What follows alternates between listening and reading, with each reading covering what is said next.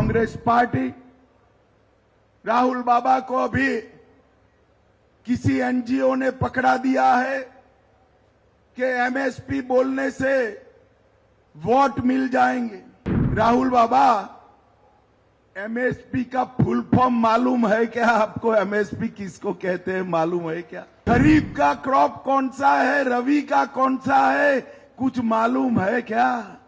पूरे देश भर में कांग्रेस की सरकारें जो चल रही है वो एमएसपी के नाम पर किसानों के सामने झूठ बोलने का बंद करिए। भारतीय जनता पार्टी हरियाणा की सरकार मिनिमम सपोर्ट प्राइस पर 24 क्रॉप खरीद रही है, 24 के 24 क्रॉप खरीद रही है। हरियाणा में कांग्रेस के नेता एक बार बता दे, देश में आपकी कौन सी सरकार 24 के 24 क्रॉप खरीदती है? ये हरियाणा की भूमि बलिदान और वीरता की भूमि है। ये हरियाणा की भूमि ज्ञान, अध्यात्म और गीता की भूमि है। ये हरियाणा की भूमि शक्ति और समृद्धि की भूमि है। ये हरियाणा की भूमि से हम सब गुजरात से आते हैं।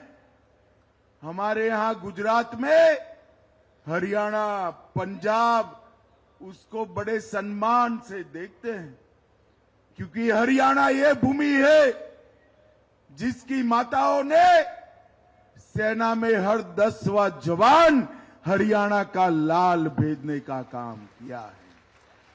आज देश की सीमाएं सुरक्षित है, जम्मू कश्मीर सुरक्षित है, तो इसमें हमारे हरियाणा के जवानों का बलिदान, वीरता और शौर्य शामिल है। भाइयों बहनों, आज मैं यहां आया हूं तब मुझे याद है मोदी जी ने 2014 के प्रचार की शुरुआत यही हरियाणा से की थी, यहीं से की थी। और उन्होंने वादा किया था कि 40 साल से 1 रैंक 1 पेंशन का जो मांग हमारे सेना के जवानों का, उनके परिवारजनों का है, उसको हम पूरा करेंगे। इंदिरा गांधी से लेकर सोनिया गांधी तक 40 साल तक कांग्रेस ने वादा पूरा नहीं किया। आपने मोदी जी को प्रधानमंत्री बनाया, मोदी जी ने 2015 में 1 रैंक 1 पेंशन देने का काम कर दिया। और आज 1 महीने पहले 1 रैंक 1 पेंशन का तीसरा वर्जन भी लागू करने का काम हमारे प्रिय नेता नरेंद्र मोदी जी ने किया है। भाइयों बहनों, ये कांग्रेस हमेशा सेना का अपमान करती है। यही कांग्रेस पार्टी है जिसने सेना अध्यक्ष को गुंडा कहने का दुस्साहस किया था। कांग्रेस ने कभी सेना का सम्मान नहीं किया। उन्होंने भ्रांतियां फैलाने का काम, अभी एक भ्रांति फैला रहे हैं कि अग्निवीर से जो बच्चे वापिस आएंगे वो बच्चों को वैसे ही छोड़ दिया जाएगा। हरियाणा वालों, मैं आज आपके बीच में वादा कर जाता हूं, हरियाणा का एक भी अग्निवीर पेंशन वाली नौकरी के बगैर नहीं रहेगा। ये भारतीय जनता पार्टी का वादा। भारत सरकार और हरियाणा सरकार मिलकर जितने भी अग्निवीर आएंगे वो सभी को पक्की पेंशन वाली सरकारी नौकरी देने का नरेंद्र मोदी जी का निर्णय है। और भाइयों बहनों, ये राहुल बाबा, उनको कोई काम नहीं है अफवाह फैलाने के बगैर, कोई काम नहीं करते हैं। और इसीलिए हमारा हरियाणा इतना पिछड़ गया था।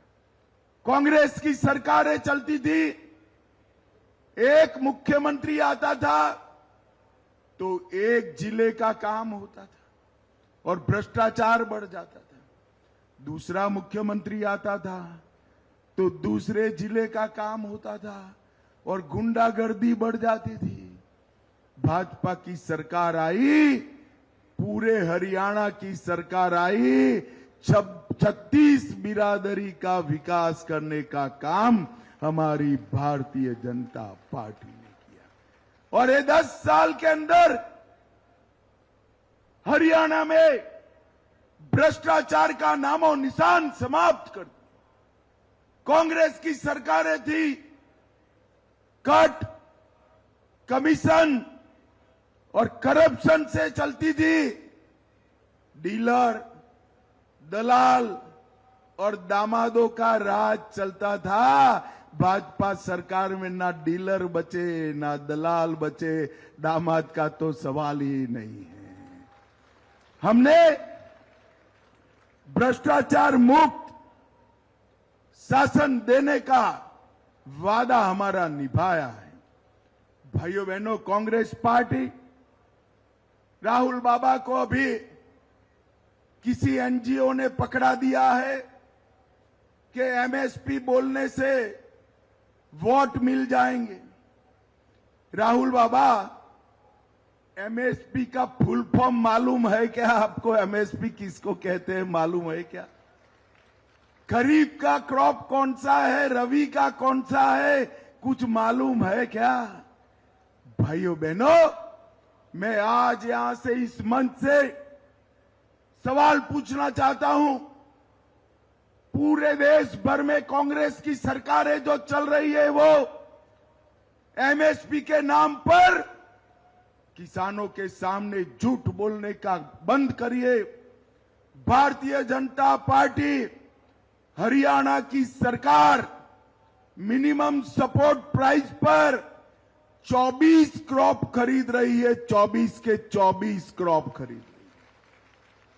हरियाणा में कांग्रेस के नेता एक बार बता दे, देश में आपकी कौन सी सरकार 24 के 24 क्रॉप खरीदती है? भाइयों बहनों, ये भारतीय जनता पार्टी है। किसान को अपने खेत में जो बोना है वो बोए, उसको खरीदने का काम भारतीय जनता पार्टी की सरकार करती है। कांग्रेस की सरकार थी, धान का दाम 1310 रुपया था, अभी 2300 रुपया हुआ। और हरियाणा वालों, कमल फूल की सरकार बना दो, आपका धान 3100 रुपये खरीदने का काम हम करेंगे। ये बाजरे का प्रदेश है, यहां पर बाजरे की एमएसपी 1250 थी, 1250। और नरेंद्र मोदी जी ने बाजरे की एमएसपी 2625 करने का काम किया है, 2625। अरे हुड्डा साहब, आपकी सरकार थी तब बाजरा नहीं खरीदते थे, राजस्थान में आपकी सरकार थी वो भी नहीं खरीदते थी। वो राजस्थान का बाजरा हरियाणा में आकर राजस्थान के किसान बेचते थे, क्योंकि यहां हम एमएसपी पर लेते थे। गेहूं की एमएसपी 1400 रुपया थी, हमने गेहूं की एमएसपी को 2275 रुपयों तक करने का काम भारतीय जनता पार्टी ने किया। और सरसों जो 3050 रुपये पर थी, उसको 5650 रुपया करने का काम ये भारतीय जनता पार्टी ने किया। और मैं आज कांग्रेस वालों को चैलेंज लगाकर जा रहा हूं, आपके शासन में जब यूपीए की सरकार थी, सोनिया मनमोहन की सरकार थी, 10 साल में कितना धान, कितना गेहूं खरीदा, इसका हिसाब लेकर भेजिए। हमारी ये डॉक्टर बहन जिला अध्यक्ष को मैं भेज दूंगा, 2-2 हाथ हो जाए, आपने हमसे आधा भी धान नहीं खरीदा। कर्नाटक और तेलंगाना में आपकी सरकार है, एमएसपी पर कितना खरीदते हैं वो बताइए जरा। अरे हुड्डा साहब, आपकी सरकार को किसान 2 रुपये मुआवजे वाली सरकार कहते थे, क्योंकि आपके समय में अगर बेमौसम बारिश आई, ज्यादा बारिश आई, तो बर्बाद फसल के लिए 2-2 रुपये के चेक भेजे जाते थे, 2-2 रुपये के चेक। ये जमाना नहीं है। भारत भाजपा सरकार ने किसानों को मुआवजे में देने की रकम में अनेक गुना बढ़ती की है। ये रेवाड़ी वालों, मुझे जरा गंभीरता से बताना, मैं कुछ पूछने आया हूं और मेरे मन से लगा हुआ सवाल है, इसलिए पूछना चाहता हूं। ये जम्मू कश्मीर हमारा है या नहीं है? जरा जोर से बोलो, है या नहीं है? वहां से धारा 370 हटनी चाहिए थी या नहीं हटनी चाहिए? ये राहुल बाबा अभी वहां जाकर कह कर आए हैं कि हम धारा 370 वापिस लाएंगे। राहुल बाबा, राव तुलाराम की भूमि से कहकर जाता हूं, आप तो क्या, आपकी तीसरी पीढ़ी भी 370 वापिस नहीं ला सकती। ये कश्मीर हमारा है और इस पर आंख उठाकर कोई देख नहीं सकता। भाइयों बहनों, ये कहते हैं वहां जाकर कहते हैं कि हम सारे टेररिस्ट और पत्थरबाजों को जेल से छोड़ देंगे। क्या मजाक बना रखा है? 40-40 हजार लोग जम्मू कश्मीर में मारे गए, हमारे सेना के जवान शहीद हो गए और आप उनको छोड़ दोगे? अरे राहुल बाबा, हिम्मत हो तो हरियाणा में आकर वो ही भाषण करिए जरा।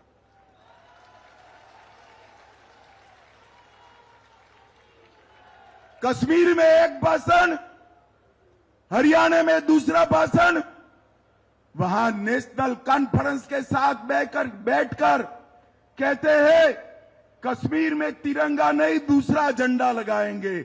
मैं कह देता हूं राहुल बाबा, अब वो जमाना गया। मोदी जी का शासन है, कश्मीर में फहरेगा तो हमारा तिरंगा फहरेगा और कुछ नहीं। ये कांग्रेस पार्टी वोट बैंक की लालच में तुष्टीकरण पर करने में लगी है। उनको राम मंदिर बने वो भी पसंद नहीं। संसद में खड़े रहकर मखौल उठाते कि अयोध्या के विचार को हमने पराजित कर दिया। राहुल बाबा, क्या बोल रहे हो?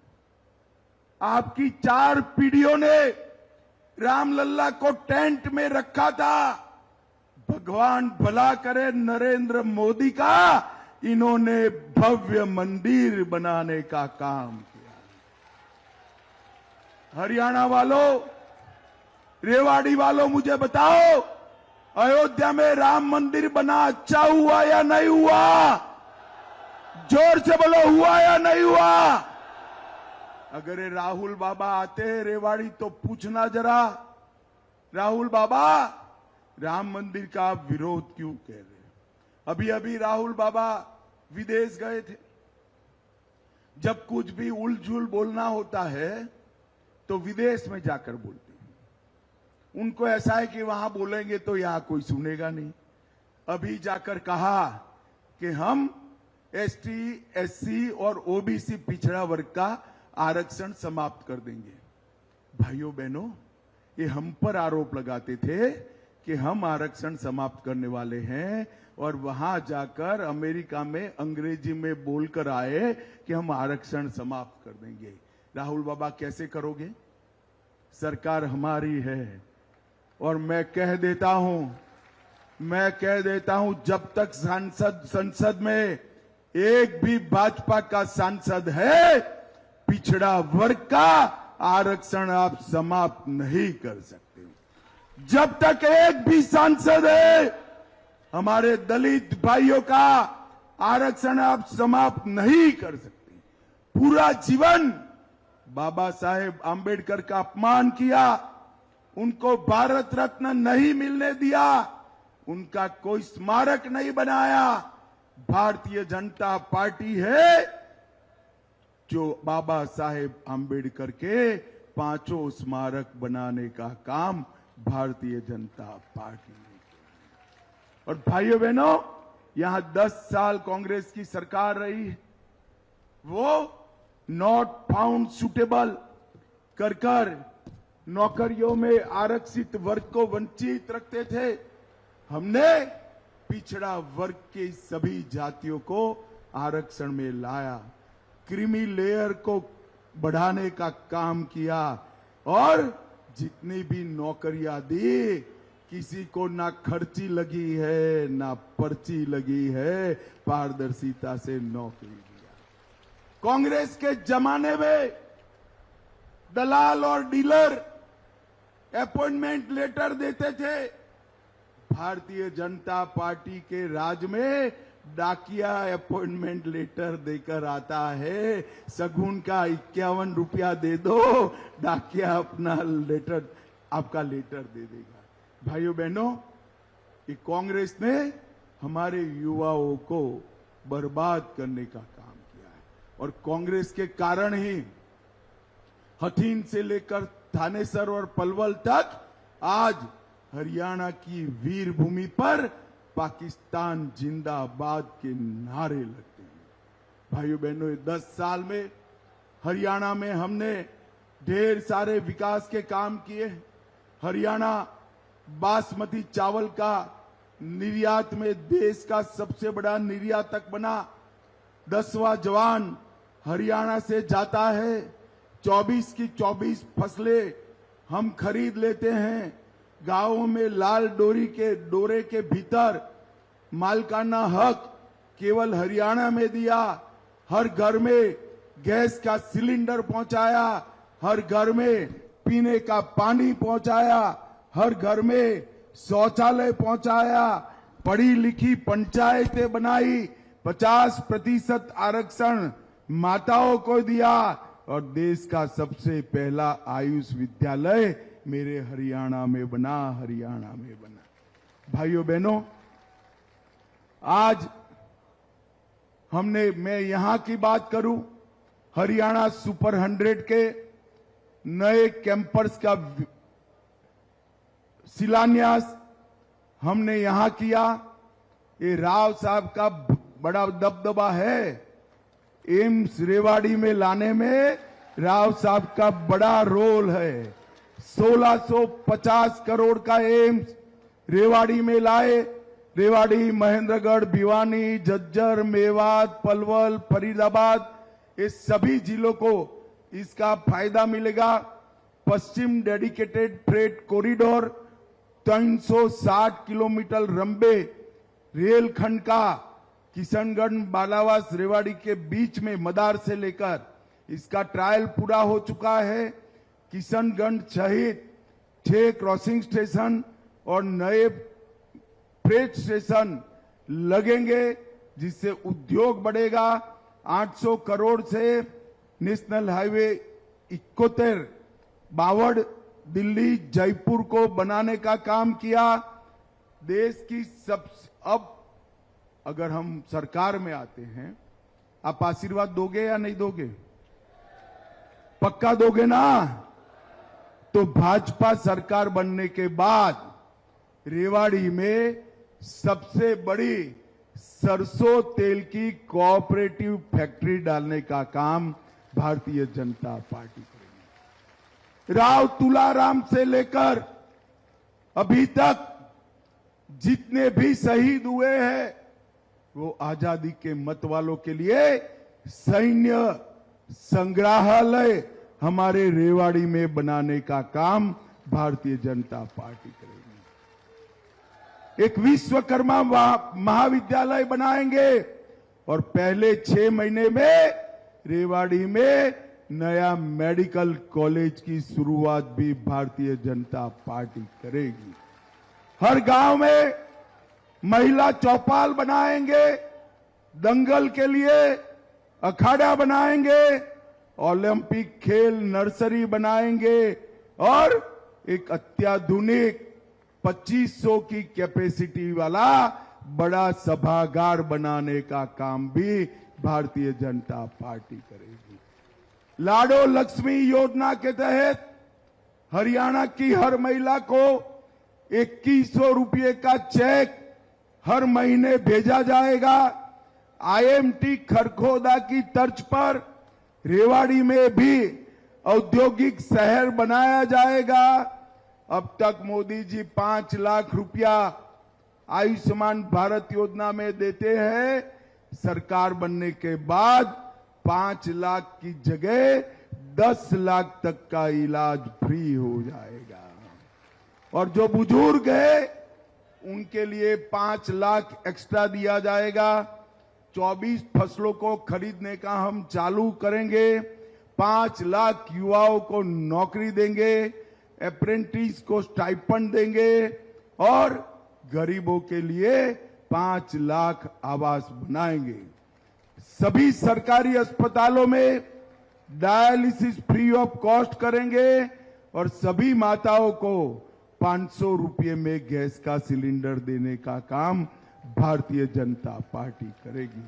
भाइयों बहनों, 36 बिरादरियों के विकास के लिए अलग अलग कल्याण बोर्ड बनाएंगे और दक्षिण हरियाणा में एक अरावली जंगल सफारी पार्क बनाकर यहां पर टूरिज्म भी बढ़ाएंगे। भाइयों बहनों, ये कांग्रेस पार्टी हरियाणा का सम विकास नहीं कर सकती। जब जब कांग्रेस जीत कर आती है कुछ जिलों का विकास होता है और हमारे आहिरवाल को तो ये बेल्ट को तो हमेशा अन्याय होता है या नहीं होता है? अरे जोर से बोलो, होता है या नहीं होता है? भाइयों बहनों, आज रेवाड़ी में मैं आपको कहने आया हूं। मैंने आते आते कुछ पर्दे पोस्टर देखे। कुछ लोग पार्टी की डिसिप्लिन तोड़कर निर्दल खड़े हैं। मैं रेवाड़ी की जनता को अपील करने आया हूं, जिनके पास कमल फूल का निशान है उनको ही वोट दीजिए, वो ही भारतीय जनता पार्टी का प्रत्याशी है।